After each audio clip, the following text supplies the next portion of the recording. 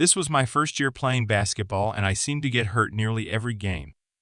First game, I twisted my ankle. Second game, I jammed my finger. Third game, I fell and nearly broke my nose. All I was looking for was an extra pair of socks. I had run through all of my own socks, and my dad and I had relatively the same size shoes, so I went into his closet to grab an extra pair of socks before my basketball game. I went rummaging through his built-in drawers in his closet and finally pulled the bottom drawer out to see all of his socks balled up and set perfectly in 3 rows. I grabbed a pair from the back, and as I was closing the drawer, an object dislocated from the drawer above and fell onto the sock. It was a doll. It was a voodoo doll of me. It had one tuft of my hair pinned to the top of the head and 2 tiny buttons for eyes. It was wearing a little version of my high school basketball jersey with my number sewn onto the back of it. This was completely out of character for my dad. He was a smart, church-going man that believed treating everyone with dignity and empathy is the best way to live. He would never touch a Ouija board, let alone a voodoo doll. He didn't even watch movies that contain supernatural beings, he claims. We have no idea if demons are real, and I don't want to even think about ghosts. I didn't want to think about it. I had a game in 30 minutes. I planned on asking Dad about it after the game. I grabbed the little doll and put it under my pillow while I went to finish getting ready. We lost. I had the worst migraine I've ever had in my entire life and could barely run across the court without nearly passing out. The coach pulled me out of the game and my migraine moved to the left side of my face while I watched my teammates continually lose the ball to the other team. By the end of the third period, I could barely see, and I spent the rest of the game on the bench. On the ride home, Dad tried to comfort me. "It's okay, bud. We've all had these kinds of days. You did nothing wrong.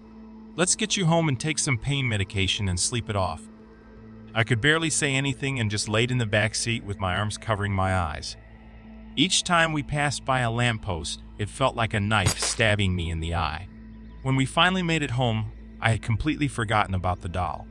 I got ready for bed and took enough painkillers to knock a horse out. When I laid down, I felt the bump from the doll on my pillow. I pulled it out and nearly blacked out again. It had a needle sticking straight into the left side of the doll's head.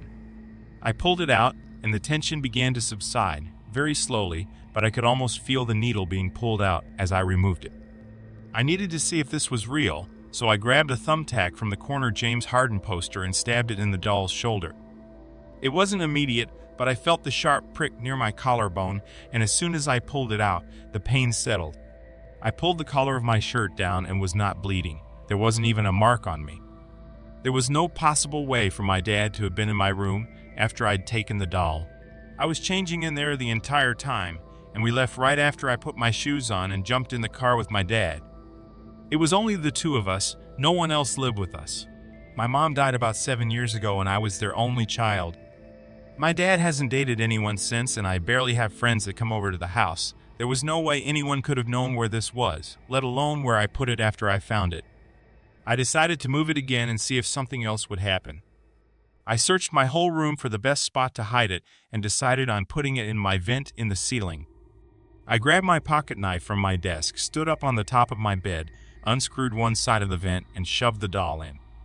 My headache was finally getting to where I could see again, and I turned my lights off before getting in bed. The vent was right above my bed, and the low reflection from the light of the hallway shone dully on 2 button eyes through the slits of the vent. He was looking at me.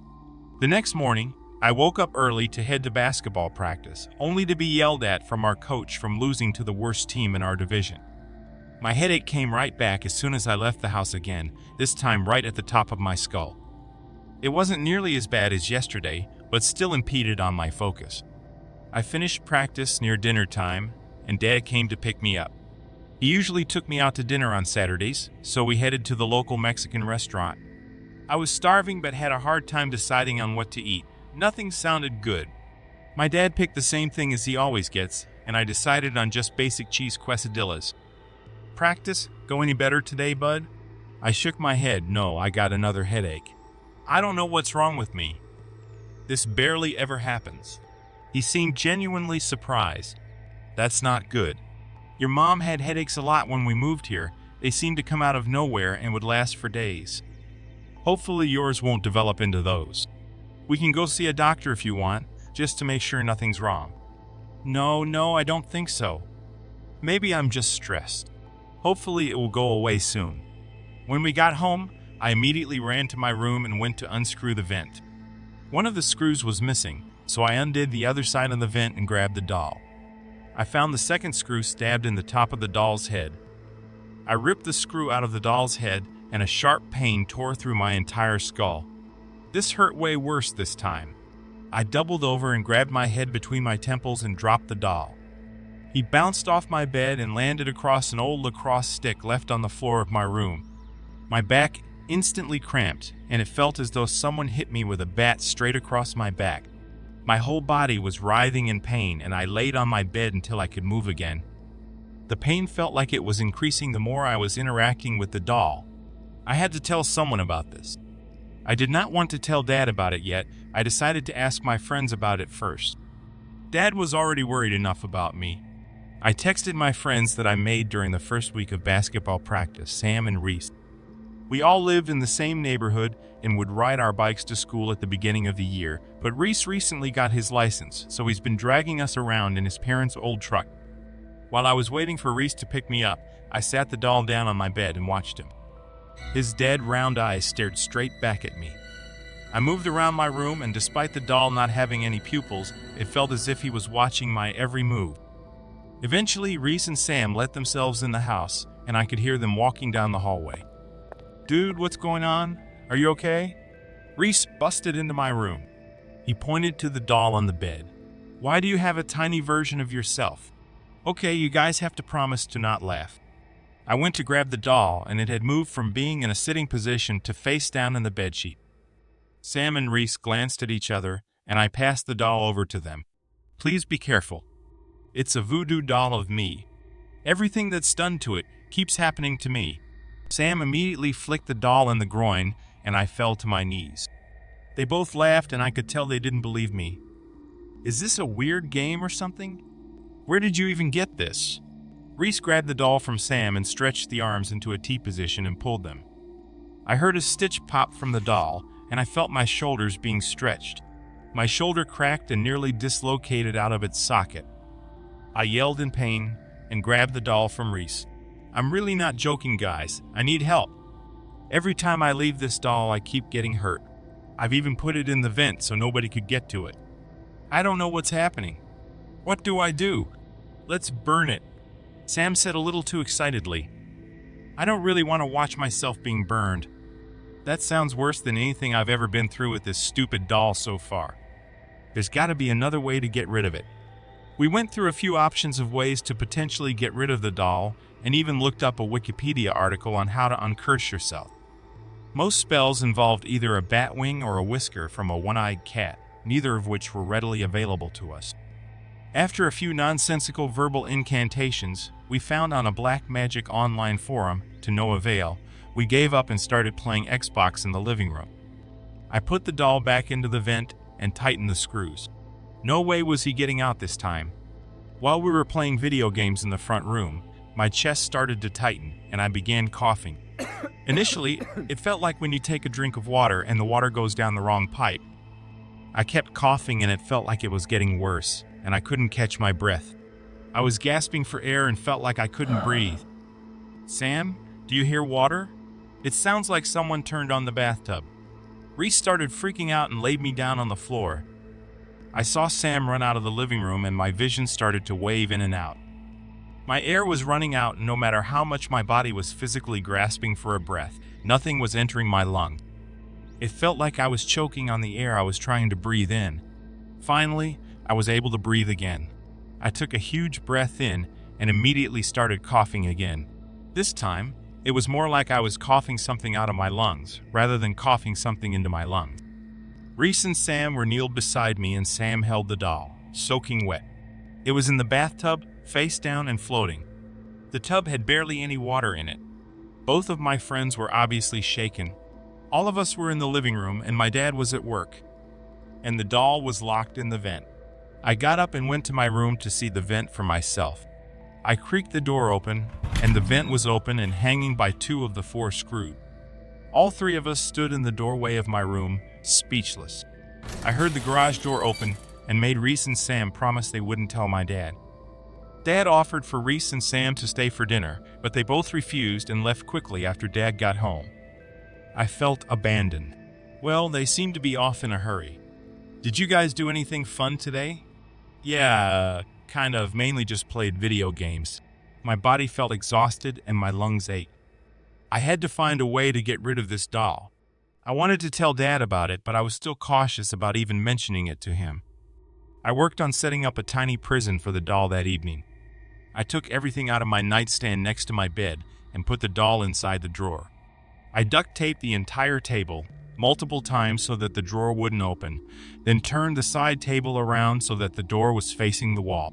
I then pushed it in between my wall and desk, making it completely unable to open, even if the doll was able to chew through the duct tape. There was no way he was getting out tonight. The next morning, dread flooded my system as I went to check on the doll to make sure he had not escaped during the night.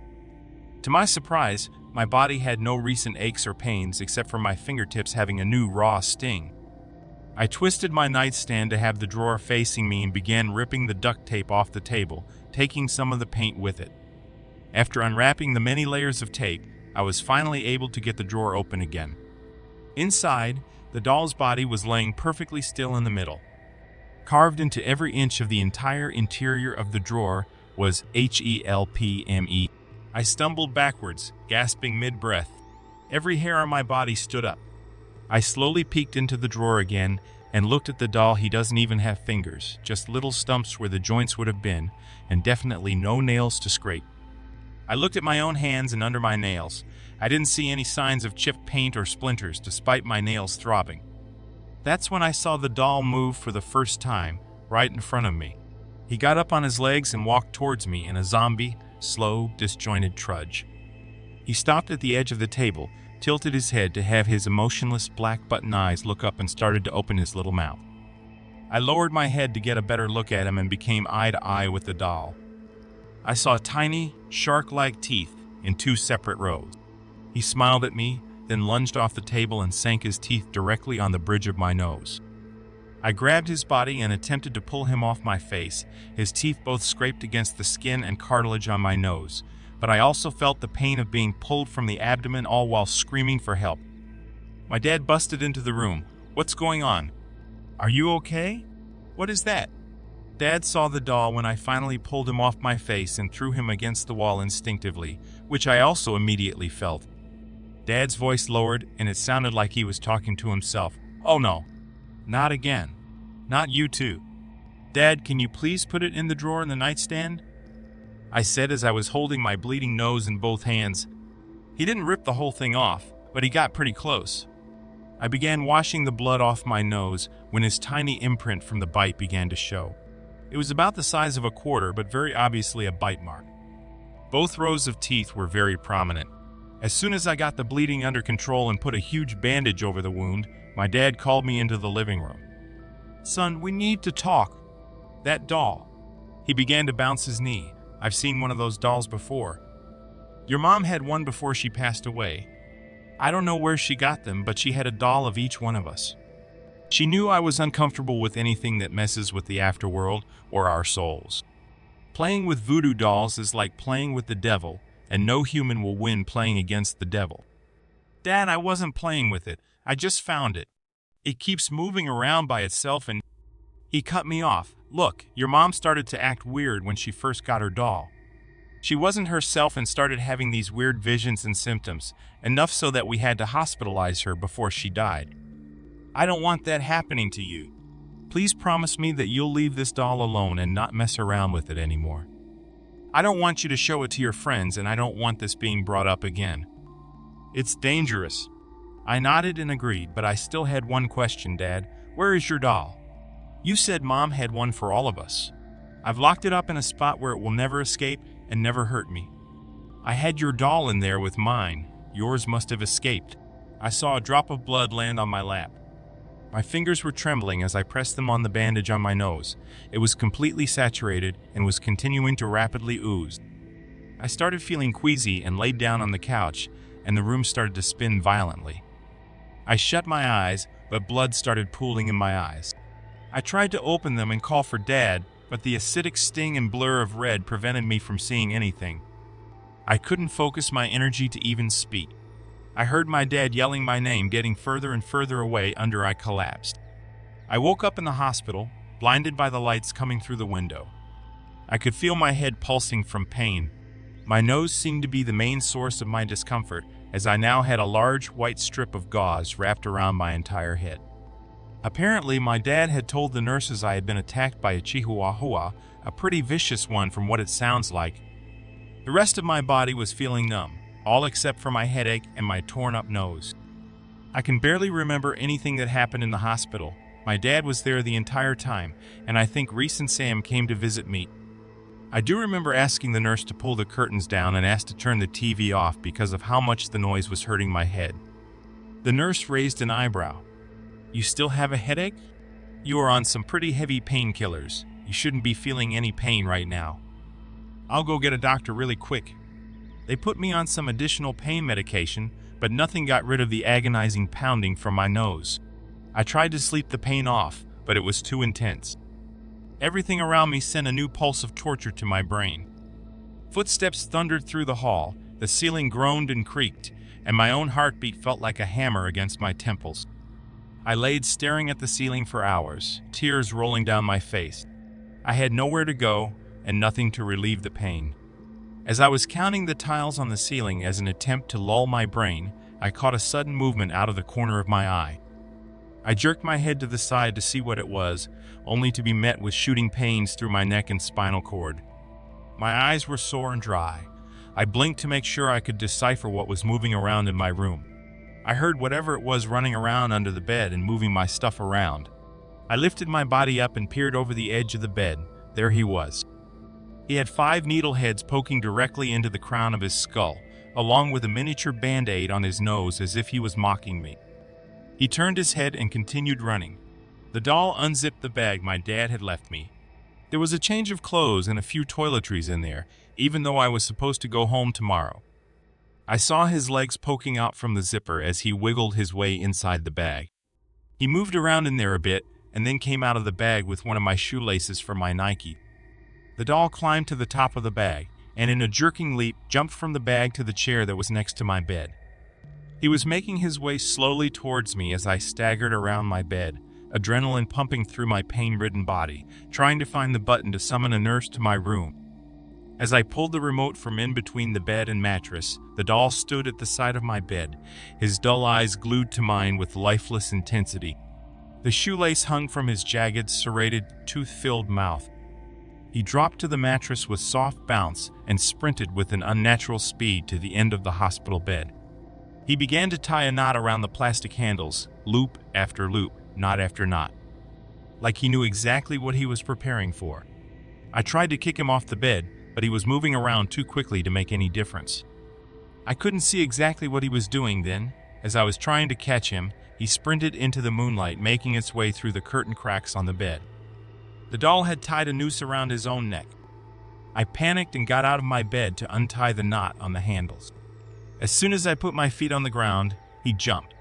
I watched him in almost slow motion, jump feet first off the bed. Right before the shoelace became taut, I saw his evil little face give me the most horrendous smile. I instantly blacked out. I thought I was dead. However, I did wake up. I woke up in my nightstand drawer, and only through the cracks of the table could I see HELPME scratched underneath the wooden paneling beneath me. My little stubs of arms were little to no help. I heard a voice that sounded identical to my own in what used to be my room. My dad and whoever was in the room must have gotten back from the hospital. The nightstand rattled for a second, and the drawer opened. I saw my own human face looking down at me. He gave me the same horrendous smile before he shut the drawer and taped it back up. "Don't worry, Dad, the doll didn't move. Looks like it will be locked up for a long time in here. I have to find a way out of here.